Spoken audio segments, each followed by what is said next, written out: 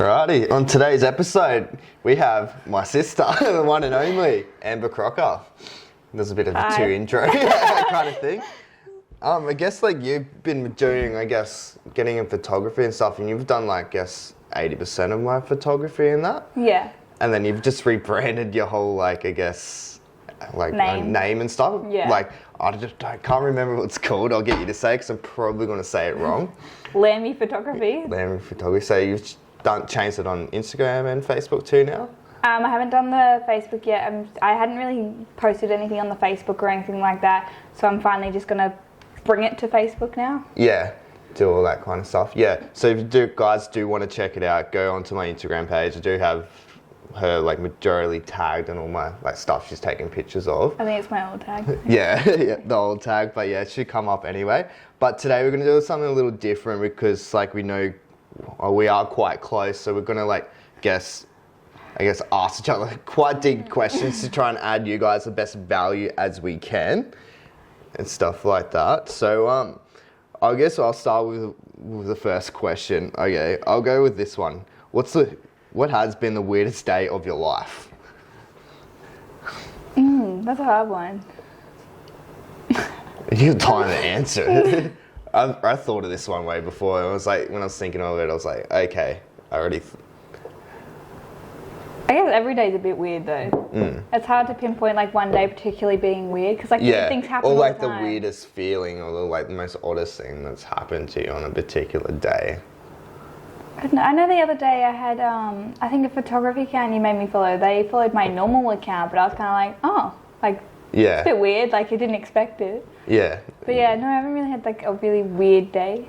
Particular, I've had today where I've just beaten myself up, but that's about it. Yeah, hit burnout. This happened to me yesterday. I actually had a full burnout, as you would have known. Just exhausted. It's just keep pushing it, and then you just stop. Yeah, and your body's telling you to stop, and it's just and you just want to keep going because you want to get it done. Yeah, it's or you want to keep pushing. Yeah, it's you want to keep pushing yourself because it's. Yeah, holidays. We were your holidays. You meant to sleep in, or whatever. No, not our holiday. We were bed late. Up really early just to get new things done, taking so many photos and stuff like that. Because I think that's the most problem, I guess, say we're working 9 to 5 and stuff like that. It's that when you go on holidays, you don't want to sit down and do nothing. You want to try and jam-pack as much as you can. Especially if you're at a sit-down job or you're at a desk all day. You don't want to be I'm just going to go sit down and do nothing on my holiday. You're got to get out and do something. It's the same too, even if you're in a full-on job. You still want to jam as much stuff in, and it's just you need a holiday after a holiday, pretty much. Basically, you need a break from your holiday. Yeah. Just a couple of sick days to do nothing. That's why I reckon we need at least 4 weeks of sick leave a year so you can have that personal day. Just every now and then. Yeah, because that's the thing that I definitely want to bring to my companies and stuff, especially later on, is having a lot more, just as much sick leave as holiday leave, even though that probably doesn't make sense and it's probably not financially right in most people's eye. But I think it's probably the best thing you can provide, especially an employee. Employee, that's the right word. It's especially staff and that, that's the best value you can add to them. It's it's okay for you to take a day off. Yeah. It will make them want to come to work a lot more because you value their their personal time. Exactly. And their personal well-being. Yeah, so everyone needs their own time. Even though if you're out of busy work, you can't get angry at someone for needing a time off because everybody needs a break. Personally, if you were the big boss of a massive company, you can take breaks all you want, but then you're saying no to your employees. It's a bit... 100%. What's the name? Yeah, can't think of the word. Yeah, and that's why most people feel trapped in their jobs or unfulfilled or dislike it or feel like they're just a robot or mind-numbing. Yeah, exactly. Going to a mind-numbing job. But yeah, alrighty, we'll jump into another question. What is the thing that you're most afraid of? Actually, I don't even know this one. Mine, I've always had a massive fear of failing. I know in life you're meant to fail to succeed, but I feel that it does hold me back from a lot of things because I don't try things because I just feel like I'm just going to fail. I think that's a lot of people's biggest fears, so generally, because it's embedded into you from school, parenting, you know, like, and all that kind of stuff. Because in school, you get taught failure is the worst thing possible. Exactly. Like, my thing is, I never understood about school, like, if you're not passing, like, if you're not average, if you're below average, it's basically saying you failed and you're not good enough, which is not true, because everyone's higher in different things. Like, the art kid in school might not be good at English or math or your, like, mainstream subjects, but art is where they excel, but yet their class is failing because majority of their subjects they are. It's weird too, because the majority of those subjects too, you don't use later on. Exactly. Like, I think I've learnt 10 times the amount. Like, you use, like, math and English in your everyday life, but, like, you don't use what they want you to use in school. Like, they make you learn these massive words that you don't always need when you can just use the simple words, because not everyone understands them anyway, so it's easy to go with the simplest explanation. Yeah, because most people too don't actually, like, they did a survey. It's like most people don't get past a grade 7 reading level or grade 7 maths level. It's because also too, in schools, you'll start at one level, and because as you get older, you're meant to be to the next level, like you're meant to be, but not everyone works at the same pace.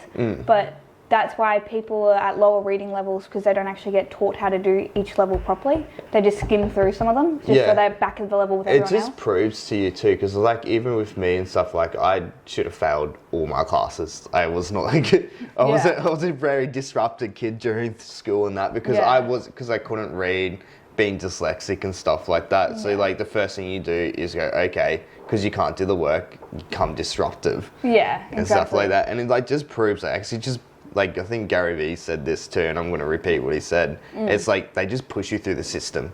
Yeah, just to get you out. Because I have many mates and stuff that said that you can't come to, like, you know, graduation and stuff, and then they ended up graduating.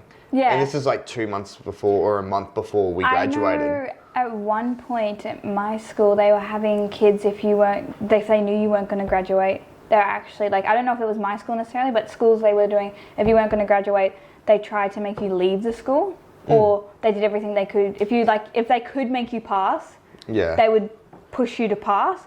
But if not, they told you to actually leave the school. Because I know people that are like, got, you know, way below, like, say you got 17, 18 QTE points or whatever. Do you need to pass? Yeah, I think it's you need to get 20 or something. No, it's like yeah. Oh, we want to change since No, I think it is 20. Yeah, because then it's like some people. Because your classes only give you like 2 or 3 or something like that. Yeah, because I know one of my classes gave. Because there was people that got way below that but still passed school. Yeah, I think it's because they made you pick up little extra things in the topics, I guess. Because I know one of my classes, we did an extra like class if we wanted to, that gave us that 1 extra point. Yeah, because I was that like, you didn't need. Yeah, because I pretty much I did that too, because they pulled me in saying you're gonna fail by 1 point, so I went and done like a Cert 2 in business. Cert 1 in IT? No, I did a Cert 2 in business, and I came in halfway through the term, right? And I didn't even finish it, and they still gave me a certificate for it. Yeah. Basically, they do everything. But the thing is, sometimes you don't realize they make you do all these components to the one subject, but you actually need to have like 3 of them to actually pass it. That's the other thing about it. Yeah, that's the crazy thing with most, like, I guess, government-funded courses. Most of the courses should only be a couple of weeks long, but they drag it out to 3 years. So you know, it's something ridiculous that you don't need that long. I guess in a way, gives them more money and it's a more money incentive in them, and they can drag it out more hours. And there's like, especially when I did my like barbering course and stuff, they say it take you like, you know, 60 hours to do the book, when really it took you 5. Or like even if that. Yeah. Because it's like 3 pages. Yeah, but then they have like the extra like parts of the booklets that you don't even need. Yeah, which is like, oh yeah, I already done this, and it's like, and they make out that you have to do it all. Yeah. That kind of stuff. Yeah. What is something you're avoiding because it makes you feel uncomfortable? I don't know. Just gotta think about this. You can cut that out. I'm going to. It's all uncut, by the way. So what's something that... Wait, what is it? So what is something that you're avoiding because it makes you feel uncomfortable? I guess because I've always wanted to go, like, experience working for someone. And, like,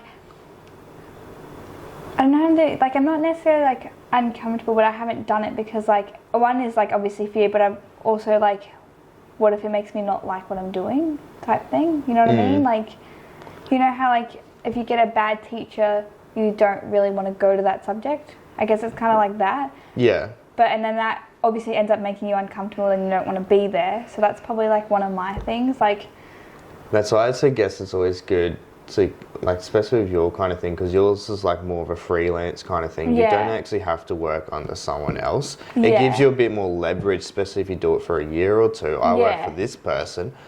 But at the end of the day, if you build it all authentic for yourself, you end Yeah.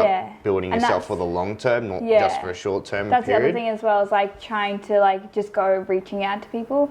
Like, my thing is, what if like I reach out to someone and they're like, yeah, I'll do that, and then what happens is not like the best thing, you know what I mean? Like, But it's all part of your portfolio, Exactly. though. It's like, at the end of the day, it's all a learning curve, and it all Yeah. happens for a reason, kind of Yeah. thing. And it's like, well, it's like, you got to look at it, it's like, what did I learn from this kind of thing? yeah, which I think it's more like of the failing thing, like that's always in the back of the head. Oh, definitely. Like, I didn't really start networking properly until like the last, I guess, 3 months. Yeah. And I only just put it on accelerated mode over the last month that I've actually started reaching out to people like, hey, do you know anyone that'd be interested in doing this? Yeah. Or hey, do you know anyone that does this? And You know blah. someone who knows how to do this? And you know how many Nice. times that people said no. Like, Yeah. think about 90% of people said no. Yeah. And I'm like, okay, I just got to keep going until Yeah. until I So get that try- one yes. So basically, you're saying you just got to try and keep in that positive mindset and just keep going through. and Yeah, pushing. trust me, you're gonna get negative thoughts. So that's the Yeah. hardest thing. It's Yeah. like everyone thinks like you're so positive. I'm like, But that's with everything, exactly. Like Yeah. someone, especially like celebrities, like you don't always see what's happening. Like, but the thing is, that's with everybody.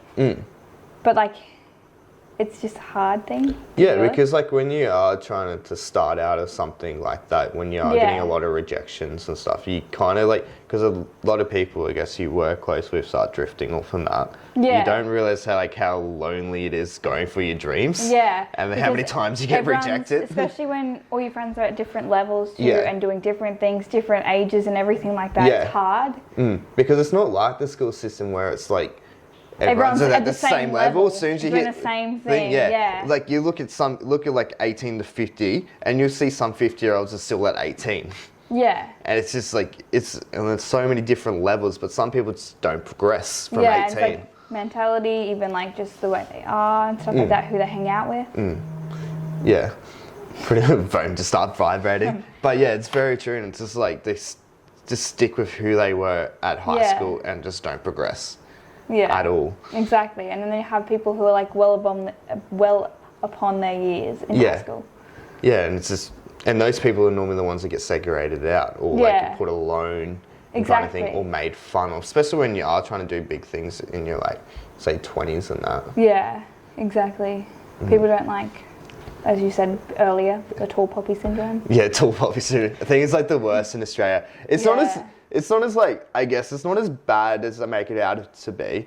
But it's like, the thing is with it all, you get all these private messages, right, of people being like loving, supporting. But when you put people in a Yes. group environment, that's when they make fun of you. Exactly. And it's like, wait, you guys are making fun of me, but I mean, supporting me behind the scenes, and then- but when you get in front of a group and all of a sudden it's cool to make fun of what I'm doing. Yeah. I think that's a lot of like, it's known to be in the male population, like as soon as guys with their friends, I think it's funny to make fun. But the thing is, I don't realize girls do it too. So it's like kind of like an everyone thing. But yeah, as you said, like when people in their groups, they're fine to make fun of you and stuff like that. But like when they're one-on-one, they're like your best bud and like, I'm Yeah. so supportive. Or like, they'll be like, yeah, I'm really supportive. And then you're like, okay, like for example, I'm having a birthday party and they're like, yeah, I'll come. And then like it comes to the birthday party, like, oh, sorry, I can't. Like Yeah. they just make that up an excuse. It's like that kind of thing. Yeah. Not necessarily like a birthday party, like any kind of event.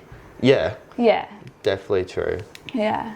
And it's like, it's also with the whole, like, you know, I guess we'll talk about birth, because I saw this quote, I mean, it's like, big quote card the other day on like Facebook and that. And it's just like, people that only invite you to go to their birthdays and weddings and all that Yeah. stuff, only to the big events, but never invite you to breakfast, you know, go out Yeah. to dinner. And it's like, all these people always invite you to the big stuff and never invite you to the little stuff. Yeah. And it's like, the same with people who don't ever support you with the little things when you're starting out. But once as soon as you're big, they're like, oh, I'm yeah, I knew you were going to be big one day. And it's like, why weren't you there when I was little? Yeah, because people like to feed off your success. Yeah, and they try and leverage off it so much. Like, I'm so happy. I'm more than happy to give people, this, formula or like, to leverage off it. It's like because at the end of the day, if they find happiness through that, that makes me happy. That's where I get my fulfillment from. Yeah, exactly. Like, how you're saying, like, when someone's big and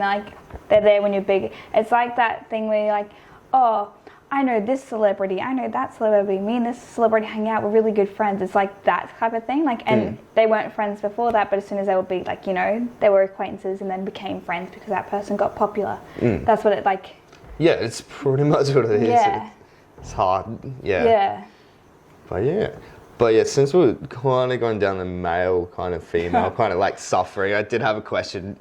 It goes, okay. Why do you think in Western culture, I guess a lot of male problems get ignored, especially from like mental health reason? Because I know like a lot of your friends from school are guys and stuff like that, and are really into their sports and all that kind of stuff. Why do you think like I guess males, especially with mental health, get pushed to the side? I know one thing is because like personally with like my friends, I know a lot of the guys like to hide their feelings, and I know like that's not the proper reason why, but they do like to hide it, so sharing it's really hard for them. Yeah. But the thing is, I think it's because society makes it out that men have to be a certain way and don't show emotions and stuff like that. So when guys are hurting, for example, unless you don't, like, some people ignore it, but like personally I can like tell with all my friends and that, like, I can tell if something's up. Whereas like other people can't. Yeah. But like if you're really close to them, you should be able to tell what's wrong, and like, well, not what's exactly wrong, but like there is something wrong.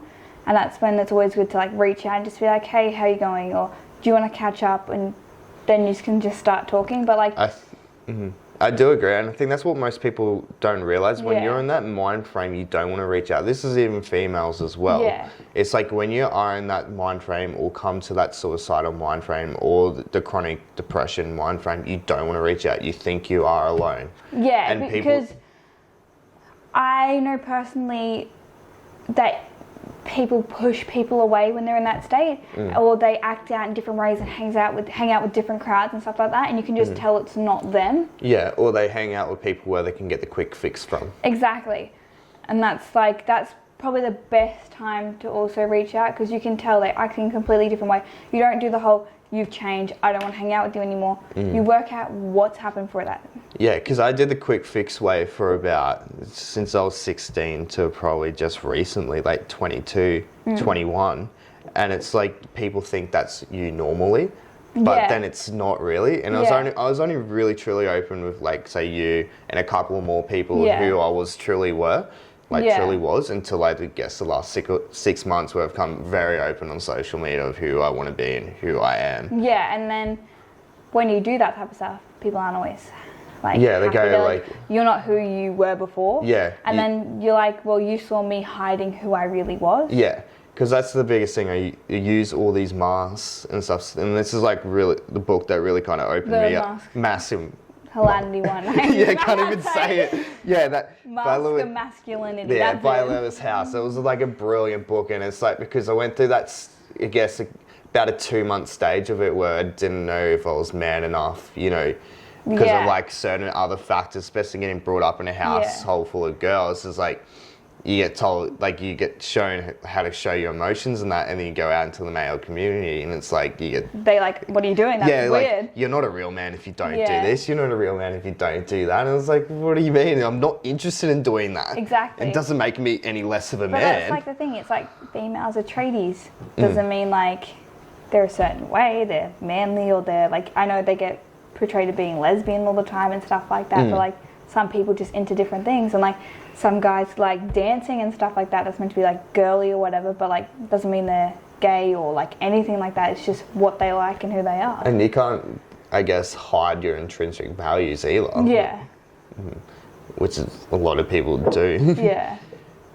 Yeah. It just went blank then. But yeah, this is the hardest thing, especially in the males. It's like you're always wearing a mask. Yeah, exactly. You always have to portray a certain type of mask. Like you got your, I guess, ego mask, your sports and then mask. A lot of guys also in a group hide behind their friends. Yeah, because a lot of, guess when you're in a male group, especially I noticed with me, you become a joker. You got to be the funniest. You got to be the loudest. Like, the other thing is also you make jokes about how you actually feel and your insecurities. Yeah. And because you know they're going to laugh about it because that's what considered as girly or whatever it is. Yeah. Yeah. And that's where, like, I guess, like, because that's where you make fun of is your insecurities or someone else's insecurities. Yeah. And that's the first thing. So basically, you just end up bullying each other. It's pretty much borderline is bullying each other. Yeah. All right, we'll go on to the next question then. But yeah, that's probably the best way. We could go deeper on that, but we don't have all day. No, yeah, that's it. So what do you personally think you're put on this planet to do? I've always felt like I want to like inspire and teach in a way. Like one day I want to be able to teach other people photography. I want to like, the idea I love about photography is I get to capture someone's special moment, special day, just special anything, and they get to keep it forever. Or like just amazing things that happen in the world, like just having that like there forever. And it's like, say if you were to get dementia or something, that's the things that you look back on, and then you'll look back on it and you're like it triggers a memory, like, oh my god, I remember that day, like it was raining, we used an umbrella to hide this happening. Like that's what I've like always wanted to do, and like teach others how like special it is. I guess like inspire others. Because it connects you with others, like nature and everything. It's not just like, I guess, one. Yeah, or like one set of walls. Yeah, and it like you never know. Like as they say, a picture's worth 1,000 words. One picture can help someone, or someone can relate to it and like feel the emotion in the photo. It's the same with like music too. It's like how much you can relate to, how many different ways you can interpret that. Exactly. Too. So like it's like basically any general art. Like you can look at it's a line on a piece of paper. You're gonna see it as a line. Someone else is gonna see it as something different again. Yeah, it's like in one of like Whit Laurie's songs. It's like he goes, "You haven't seen all these letters that all these kids have been writing to me." Yeah. And it's like helping them through like their suffering. That's not the exact lyrics, but it's pretty much it's a help to inspire. And I think that is the most fulfilling thing, is getting that message of saying, oh, thank you, or like you helped me through this. Like I think that's more than half the reason why I do what I do, is because like getting that message, exactly, like it inspires you, especially when you're on that bad headspace. It's like, oh, okay, like you're having a bad day, and then someone goes like, what you're doing means a lot to me, and then you're kind of like, okay, like maybe it wasn't such a bad day, like maybe I just had a couple bad things happen, and it's generally just a good day.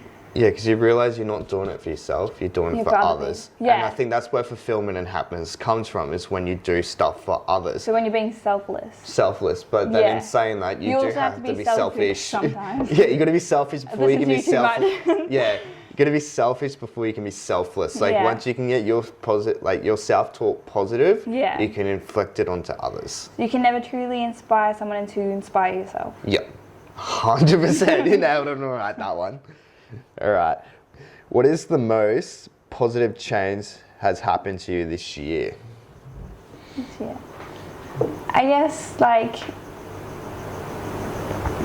So my more thing is last year more than anything. Like I quit one of my jobs that I was just not having a great time with, and then more at the start of this year is when I found like I started doing more of my photography, pushing it like out there. I was like, kind of like, I don't know how to explain it, like took a leap of faith a bit and decided like, hey, like I'm gonna start doing some of this.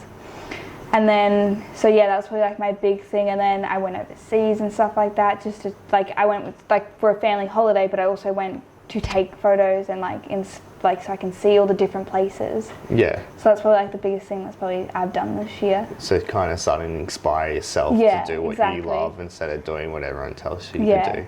So basically, like I get inspired by other people's photos. So I'll go look through other people's photos and I'll be like, oh my god, that's so cool. That makes me want to do something like this.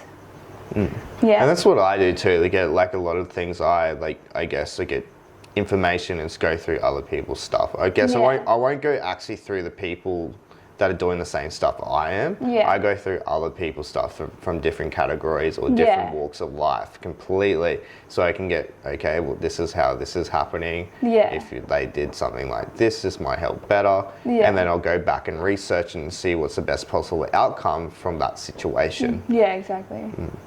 Alrighty, so I'll recap. Where can we find you on social media? Okay, I'm only on Instagram at the moment, but it's Lammy Photography. It's, do I spell it? Yeah, I'll put in the link and all that stuff in the bio. Okay. But yeah, so that's where you can find me at the moment. Yeah. On my photography account. New things coming. Yeah, got heaps of stuff coming. Yeah, well, I'll but post a lot of her content on my page too, so you will see it all up on there. Got a lot of photos coming from my New Zealand trip. There's snow, there's sun, there's water, there's everything. Yeah. And I've got to ask this question, final question. What is the legacy you want to create? So basically, inspiring people. That's what I always wanted to do. Always wanted to be creative. Like, basically... Inspire creativity. Yeah, exactly. Like, that kid in class who can't sit still. There's they have another calling for them. Because I did drama in school, so that's why I couldn't sit still. Like, I was meant to be doing other things. Yeah. So basically, I want to inspire people who thought they couldn't fit in to basically, you don't need to fit in. Yeah. That's 100% the biggest thing. Is just inspiring people to tell people you don't need to fit in. Exactly. We all try and fit into. We all try to be common with uncommon people. Exactly. And everyone's it's for example, the cool kids in school. Yeah. They're just as weird as you. Yeah. We all know it. Deep down, that's 100% true. Yeah. That's it. But yes. Yeah, it's 100% it. Thank you for coming on. That's okay. All that. Thanks for having me. That's all right. Before I forget, because I never do this, make sure you like, subscribe, leave a comment, tell us what you think, tell us what you don't like. Follow and all him on everything. And that too. But yeah, thanks for watching, guys, or listening. But yeah, thank you.